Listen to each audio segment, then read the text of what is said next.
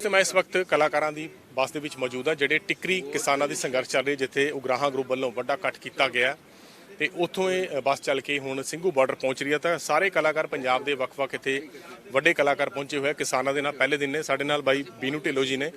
ਬੀਨੂ ਜੀ ਤੁਹਾਡਾ daily post ਸਵਾਗਤ ਹੈ ਪਹਿਲਾਂ ਤਾਂ ਜੀ। ਥੈਂਕ ਯੂ ਜੀ, ਚੜ੍ਹਦੀਆਂ ਕਲਾ ਚ ਰਹੋ। ਸਤਿ ਸ਼੍ਰੀ ਅਕਾਲ ਜੀ। ਪੂਰੀ ਬੱਸ ਭਰ ਕੇ ਅੱਜ ਆਈ ਹੈ, ਕਲਾਕਾਰ ਪਹਿਲੇ ਦਿਨ ਤੋਂ ਖੜੇ ਹੈ ਪਰ ਸਰਕਾਰ ਇਹ ਸਮਝ ਕਿਉਂ ਨਹੀਂ ਰਹੀ ਹੈ ਕਿ ਜਨ ਅੰਦੋਲਨ ਦੇ ਵਿੱਚ ਆਖਰਕਾਰ ਇਸ ਤਰੀਕੇ ਦਾ ਤਾਨਾਸ਼ਾਹੀ ਰਵੱਈਆ ਨਹੀਂ ਚਾਹੀਦਾ ਸਰਕਾਰ ਨੂੰ। ਬਿਲਕੁਲ ਜੀ। ਜਿਹੜੀ ਦੇਖੋ ਇਹ ਲੋਕਤੰਤਰ ਦੇ ਵਿੱਚ ਜਿਹੜੇ ਲੋਕ ਤੰਗ ਹੋਣ ਤਾਂ ਮੈਂ ਉਹ ਰਾਜ ਨੂੰ ਤਾਂ ਕਾਹਦਾ ਰਾਜ ਹੈ ਫਿਰ, ਇਹੋ ਜਿਹਾ ਰਾਜ ਕਰਨ ਦਾ ਫਾਇਦਾ ਵੀ ਕੀ ਹੈ ਨਾ ਜੀ। ਇਹ ਇਕੱਲੀ ਵੋਟ ਨਾਲ ਬਣਾਈ ਹੋਈ ਇਹ ਸਰਕਾਰ ਹੈ। ਉਹ ਹੁਕਮਰਾਨਾਂ ਨੂੰ ਇਹ ਸਮਝ ਨਹੀਂ ਆ ਰਹੀ ਵੀ ਜਿਹੜੇ ਅਸੀਂ ਸੋ ਕਾਲਡ ਜਿਹੜੇ ਉਹ ਕਾਨੂੰਨ ਕਹਿੰਦੇ ਨੇ ਵੀ ਸਾਨੂੰ ਫਾਇਦਾ ਦੇਣਾ, ਅਸੀਂ ਲੈਣੇ ਨਹੀਂ ਚਾਹੁੰਦੇ ਹੈ ਨਾ। ਤੇ ਇੰਨਾ ਟਾਈਮ ਹੋ ਗਿਆ। ਵੱਡੀ ਗੱਲ, ਸਭ ਤੋਂ ਵੱਡੀ ਗੱਲ ਹੈ ਨਾ ਇਹ ਜਿਹੜਾ ਵੀ ਇਹ ਸੰਘਰਸ਼ ਹੈ ਇਹ ਇਕੱਲਾ ਹਿੰਦੁਸਤਾਨ ਨਹੀਂ, ਹੁਣ ਸਾਰੀ ਦੁਨੀਆ ਵਿੱਚੋਂ ਇਹਨੂੰ ਹਾਂ ਦਾ ਨਾਰਾ ਵੱਜ ਰਿਹਾ ਸਾਰੇ ਪਾਸੇ। ਕੁਛ ਕਲਾਕਾਰਾਂ ਨੇ ਇਹ ਦੇਖੋ, ਜਿਹੜੇ ਕਲਾਕਾਰ ਇੱਥੇ ਆਏ ਨੇ ਕਈਆਂ ਕੋਲੇ ਜ਼ਮੀਨ ਹੈ ਨਹੀਂ ਪਰ ਜ਼ਮੀਰ ਹੈਗੀ।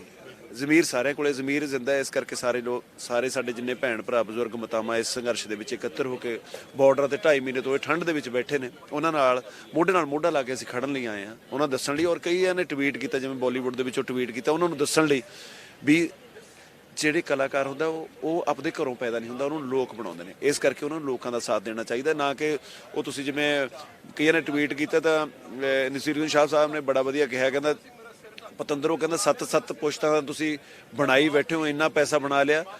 ਜੇ ਇਹਨਾਂ ਨੇ ਸੰਘੀ ਨੱਪੀ ਵੀ ਕਿੰਨਾ ਖੋਣਾ ਹੋਇਆ ਤਾਂ ਕਿੰਨਾ ਖੋਜੂਗਾ। 2 ਦਾ ਖੋਲੋਗੇ 5 ਦਾ ਤਾਂ ਫਿਰ ਵੀ ਤੁਹਾਡੇ ਕੋਲੇ ਬਾਕੀ ਹੈ, ਕੁਛ ਤਾਂ ਬਚੂਗਾ। ਤਾਂ ਜ਼ਮੀਰ ਜਗਾਉਣ ਦੀ ਉਹ ਹੈ ਜੀ। ਅਸੀਂ ਸਾਰੇ ਜਾਣੇ ਹਾਂ ਦਾ ਨਾਰਾ ਆਪਦੇ ਜਿਹੜੇ ਭੈਣ ਭਰਾ ਬਜ਼ੁਰਗ ਮਾਤਾਵਾਂ ਆਏ ਨੇ ਉਹਦੇ ਨਾਲ ਖੜੇ ਆ, ਕਿਸਾਨੀ ਦੇ ਨਾਲ ਖੜੇ ਆ। ਇਹ ਇਨਸਾਨੀਅਤ ਦਾ ਵਕਤ ਹੈ, ਇਨਸਾਨੀਅਤ ਦਿਖਾਉਣੀ ਚਾਹੀਦੀ ਹੈ। ਕਿਉਂਕਿ ਜਿਹੜਾ ਇਨਸਾਨ ਹਿੰਦੁਸਤਾਨ ਦਾ ਨਹੀਂ, ਕੋਈ ਵੀ ਇਨਸਾਨ ਜਿਹੜਾ ਕਹਿੰਦਾ ਮੇਰਾ ਕਿਸਾਨੀ ਨਾਲ ਕੋਈ ਸੰਬੰਧ ਨਹੀਂ ਪਰ ਉਹਦਾ ਰੋਟੀ ਨਾਲ ਤਾਂ ਸੰਬੰਧ ਹੈ ਨਾ, ਰੋਟੀ ਤਾਂ ਖਾਂਦਾ ਨਾ। ਇਸ ਕਰਕੇ ਸਿੱਧਾ ਤੁਹਾਡਾ ਕਿਸਾਨੀ ਨਾਲ ਸੰਬੰਧ ਹੋ ਗਿਆ। ਕਿਸਾਨ ਦੀ ਇੱਜ਼ਤ ਕਰਨੀ ਚਾਹੀਦੀ, ਕਿਸਾਨ ਦੇ ਨਾਲ ਇਮਾਨਦਾਰੀ ਨਾਲ ਇਸ ਸੰਘਰਸ਼ ਦੇ ਵਿੱਚ ਸਟੈਂਡ ਲੈਣਾ ਚਾਹੀਦਾ। 26 ਤੋਂ ਬਾਅਦ ਅਫਵਾਹਾਂ ਸੀਗੀਆਂ ਕਿ ਜਿਹੜਾ ਅੰਦੋਲਨ ਹੈਗਾ ਵੀਕ ਹੋ ਗਿਆ, ਲੋਕ ਘਰਾਂ ਨੂੰ ਵਾਪਸ ਚਲੇ ਗਏ ਹੈ, ਪਰ ਤੁਹਾਨੂੰ ਲੱਗਦਾ ਕਿ ਮੋਰਚਾ ਹੁਣ ਫਤਿਹ ਵੱਲ ਜਾ ਰਿਹਾ? ਇਹ ਹੁਣ ਮੋਰਚਾ ਫਤਿਹ ਵੱਲ ਜਾ ਰਿਹਾ ਜੀ। ਦੇਖੋ ਜਿੱਥੇ ਫੁੱਲ ਆਉਂਦੇ ਇਹਨਾਂ ਨਾਲ ਕੰਡੇ ਵੀ ਆਉਂਦੇ। ਕਈ ਇੰਟਰੂਡਰਸ ਆਏ, ਕਈ ਇਦਾਂ ਦੇ ਸੰਘਰਸ਼ ਫੇਲ ਕਰਨ ਵਾਲੇ ਏਜੰਸੀਜ਼ ਵਿੱਚ ਆਪਦੇ ਬੰਦੇ ਛੱਡ ਦਿੰਦੀਆਂ ਨੇ। ਔਰ ਹੌਲੀ ਜਦੋਂ ਪਾਣੀ ਗੰਦਲਾ ਹੁੰਦਾ ਨਾ, ਜਦੋਂ ਹੌਲੀ ਕਹਿੰਦੇ ਮਿੱਟੀ ਮੁੱਟੀ ਲੱਗ ਕੇ ਕੋਈ ਪੱਤਿਆਂ ਤੋਂ ਪਾਣੀ ਡਿੱਗਦਾ, ਕਈ ਨਾਲੀਆਂ ਗੰਦੀਆਂ ਹੈ ਨਾ, ਪਾਣੀ ਪੈਂਦਾ ਮਿੱਟੀ ਨਾਲ ਲੱਗ ਕੇ, ਪਰ ਜਦੋਂ ਬਾਰਿਸ਼ ਆਉਂਦੀ ਹੈ ਸਭ ਕੁਝ ਧੋਤਾ ਜਾਂਦਾ ਫਿਰ ਹੈ ਨਾ। ਸੋ ਹੁਣ ਉਹ ਬਾਰਿਸ਼ ਆਈ ਹੋਈ ਹੈ, ਸਾਰਾ ਕੁਝ ਸਾਫ਼ ਹੋ ਜਾਣਾ। ਮੈਨੂੰ ਜੀ ਜਿਹੜੀ ਗ੍ਰਿਫਤਾਰੀਆਂ ਹੁਣ ਸਰਕਾਰ ਕਰ ਰਹੀ ਹੈ, ਚਾਹੇ ਕਿਸਾਨਾਂ ਦੇ ਪਰਚੇ ਦਰਜ ਹੋਣ ਜਾਂ ਪੱਤਰਕਾਰ ਵੀ ਗ੍ਰਿਫਤਾਰ ਕੀਤੇ ਗਏ ਆ, ਬੜੇ ਲੋਕ ਹਜੇ ਪੰਜਾਬ ਦੇ ਹਰਿਆਣੇ ਦੇ ਗ੍ਰਿਫਤਾਰ ਨੇ। ਤੁਹਾਨੂੰ ਲੱਗਦਾ ਹੈ ਗ੍ਰਿਫਤਾਰੀਆਂ ਕਰਕੇ ਸਰਕਾਰ ਪ੍ਰੈਸ਼ਰ ਪਾ ਲੂਗੀ? ਨਹੀਂ, ਪ੍ਰੈਸ਼ਰ ਤਾਂ ਹੁਣ ਕੀ ਪੈਣਾ ਜੀ। ਹੁਣ ਤਾਂ ਦੇਖੋ ਇਹ ਅੰਦੋਲਨ ਹੀ ਹਿੰਦੁਸਤਾਨ ਲੈਵਲ ਦਾ ਨਹੀਂ ਬਲਕਿ ਵਰਲਡ ਲੈਵਲ ਦਾ ਇਹ ਅੰਦੋਲਨ ਬਣ ਚੁੱਕਿਆ ਹੁਣ ਦਾ। ਸਾਰਿਆਂ ਨੂੰ, ਸਾਰੀ ਦੁਨੀਆ ਨੂੰ, ਤਮਾਮ ਦੁਨੀਆ ਦੇ ਵਿੱਚੋਂ ਹਾਂ ਦਾ ਨਾਅਰੇ ਵੱਜ ਰਹੇ ਨੇ, ਤਾਂ ਤਮਾਮ ਦੁਨੀਆ ਦੇ ਵਿੱਚੋਂ ਟਵੀਟ ਹੋ ਰਹੇ ਨੇ ਔਰ ਇਹ ਕਹਿ ਰਹੇ ਨੇ ਸੋ ਕਾਲਡ ਵੀ ਇਹ ਅੰਦੋਲਨ ਨਹੀਂ ਕਰਨੇ ਚਾਹੀਦੇ, ਅੰਦੋਲਨਕਾਰੀਆਂ ਨੂੰ ਗ੍ਰਿਫਤਾਰ ਕਰ ਲੈਣਾ ਚਾਹੀਦਾ। ਜਦੋਂ ਦੇਸ਼ ਵੀ ਤਾਂ ਆਪਾਂ ਅੰਦੋਲਨਕਾਰੀਆਂ ਨੇ ਆਜ਼ਾਦ ਕਰਵਾਇਆ ਸੀ ਨਾ। ਸੋ ਆਪਣੇ ਹੱਕਾਂ ਲਈ ਇਹ ਡੈਮੋਕ੍ਰੈਟਿਕ ਉਸ ਦੇ ਕੰਟਰੀ ਦੇ ਵਿੱਚ ਹਰੇਕ ਬੰਦੇ ਨੂੰ ਸੰਵਿਧਾਨਕ ਹੱਕ ਹੈ ਆਪਣੇ ਹੱਕਾਂ ਦੀ ਲੜਨ ਦਾ। ਤੁਸੀਂ ਵੀ ਆਏ ਹੋ, ਬੜੇ NRI ਵੀਰ ਬਹੁਤ ਇੱਥੇ ਜਿਹੜੇ ਸਪੋਰਟ ਕਰ ਰਹੇ ਆ। ਮੈਸੇਜ ਬੜਾ ਗਲਤ ਦਿੱਤਾ ਗਿਆ ਸੀਗਾ ਕਿ ਇਹਦੇ ਵਿੱਚ ਵੱਖਵਾਦੀ ਲੋਕ ਆ, ਪਰ ਲੋਕਾਂ ਦੇ ਏਕੇ ਤੇ ਪੀਸਫੁਲ ਪ੍ਰੋਟੈਸਟ ਨੇ ਸਰਕਾਰ ਦੇ ਮੂੰਹ ਤੇ ਚਪੇੜ ਮਾਰੀ ਇੱਕ ਵਾਰੀ ਫਿਰ।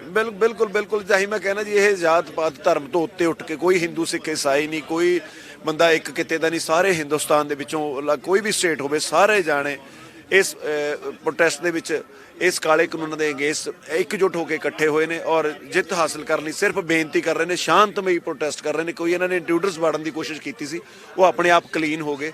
ਪਰ ਅਸੀਂ ਸਾਰੇ ਹੁਣ ਵੀ ਮੈਂ ਹੁਕਮਰਾਨਾਂ ਨੂੰ ਬੇਨਤੀ ਕਰਦਾ ਵੀ ਬਹੁਤ ਸਮਾਂ ਹੋ ਗਿਆ, ਕਈ ਘਰਾਂ ਦੇ ਚਿਰਾਗ ਬੁਝ ਗਏ। ਸਾਡੇ 200 ਤੋਂ 214 ਸ਼ਹਾਦਤਾਂ ਹੋ ਚੁੱਕੀਆਂ ਨੇ ਇਸ ਪ੍ਰੋਟੈਸਟ ਦੇ ਵਿੱਚ। ਜਿਹੜੇ ਘਰਾਂ ਦੇ ਚਿਰਾਗ ਬੁਝ ਗਏ, ਕਈ ਘਰਾਂ ਦੇ ਵਿੱਚੋਂ ਬਰਾਤਾਂ ਨਹੀਂ ਉੱਠਣੀਆਂ, ਜਿਹਦਾ ਬਾਪ ਚਲਾ ਜਾਂਦਾ ਸਮਝ ਲਓ ਛੱਤ ਚਲੀ ਗਈ। ਤਾਂ ਕਈ ਇਦਾਂ ਦੇ ਸਾਡੇ ਹੋਏ ਨੇ। ਤੁਸੀਂ ਆਪਣੇ ਆਪ ਤੇ ਆਪਾਂ ਲਾ ਕੇ ਚੱਲੀਏ ਨਾ, ਫੇਰ ਫੀਲ ਹੁੰਦਾ। ਸੋ ਮੈਂ ਸਮਝਦਾ ਹੁਕਮਰਾਨਾਂ ਦੇ ਜੂਨ ਹੀ ਸਰਕ ਰਹੀ ਹੈ ਨਾ ਸਿਰ ਦੇ ਉੱਤੇ। ਤਾਂ ਬੇਨਤੀ ਕਰਦਾ ਹੱਥ ਜੋੜ ਕੇ ਛੇਤੀ ਤੋਂ ਛੇਤੀ ਆਹ ਸਾਡੇ ਸਾਰੇ ਇੰਨੇ ਲੱਖਾਂ ਦੀ ਤਾਦਾਦ ਦੇ ਵਿੱਚ ਹਿੰਦੁਸਤਾਨ ਦੇ ਵਿੱਚੋਂ ਤੁਸੀਂ ਵਿਹਲੇ ਇੱਥੇ ਬਿਠਾ ਦਿੱਤੇ ਨੇ। ਜਿਵੇਂ ਅਸੀਂ ਕਿਉਂਕਿ ਇਹ ਕਾਮੇ ਬੰਦੇ ਆ, ਅਸੀਂ ਸਾਰੇ ਜਾਣੇ ਕੰਮ ਕਰਨ ਵਾਲੇ ਨੇ, ਖੇਤੀ ਨਾਲ ਸੰਬੰਧਿਤ ਨੇ।